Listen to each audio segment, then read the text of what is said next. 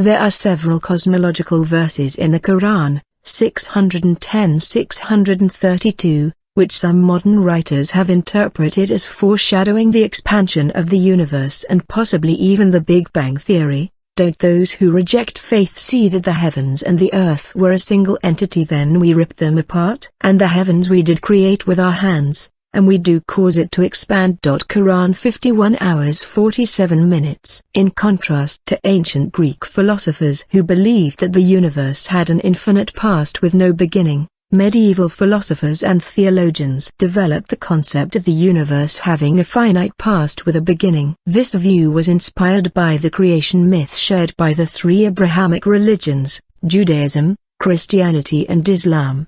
The Christian philosopher, John Philoponus, presented the first such argument against the ancient Greek notion of an infinite past.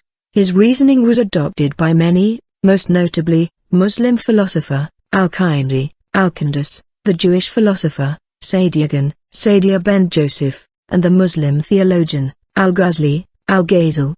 They used two logical arguments against an infinite past, the first being the argument from the impossibility of the existence of an actual infinite, which states, an actual infinite cannot exist. An infinite temporal regress of events is an actual infinite. An infinite temporal regress of events cannot exist. The second argument, the argument from the impossibility of completing an actual infinite by successive addition, states, an actual infinite cannot be completed by successive addition.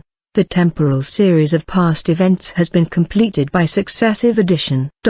The temporal series of past events cannot be an actual infinite. Both arguments were adopted by later Christian philosophers and theologians, and the second argument in particular became more famous after it was adopted by Immanuel Kant in his thesis of the first antinomy concerning time.